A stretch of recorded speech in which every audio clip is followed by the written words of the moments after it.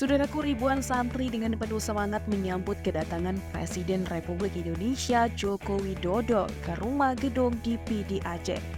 Kedatangan Jokowi pada Selasa 27 Juni 2023 ke rumah gedung Aceh dalam rangka peluncuran program rekomendasi penyelesaian non-yudisial pelanggaran hak asasi manusia atau HAM berat yang terjadi di Aceh.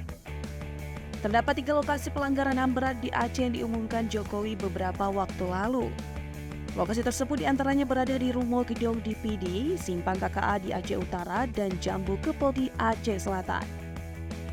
Pada kunjungan kerja Jokowi bersama sejumlah menteri ke Rumah Gedung PD Aceh pada Selasa 27 Juni 2023 disambut antusias oleh ribuan santri. Para santri yang telah berkumpul sejak pagi hari berkumpul dengan menggunakan busana seragam saat detik-detik kedatangan Presiden Republik Indonesia Jokowi di situs bersejarah masa konflik Aceh tersebut. Rumah gedung yang berlokasi di Kampung Pili Aron, Kecamatan Gelumpang 3 PD Aceh, telah dipadati oleh ribuan santri dan masyarakat.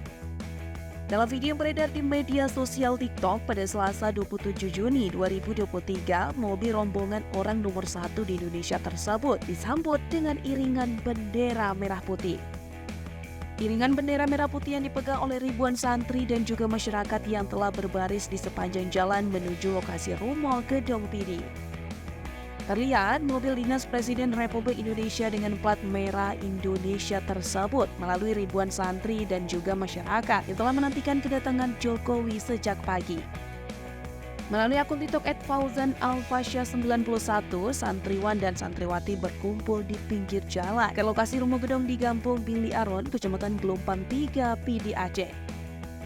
Mereka membawa bendera merah putih dan mengibarkan dengan semangat, menciptakan suasana yang meriah dan penuh kebanggaan atas kehadiran Presiden Republik Indonesia. Mereka membawa bendera merah putih dan mengibarkan dengan semangat, menciptakan suasana yang meriah dan penuh kebanggaan atas kehadiran Presiden Republik Indonesia.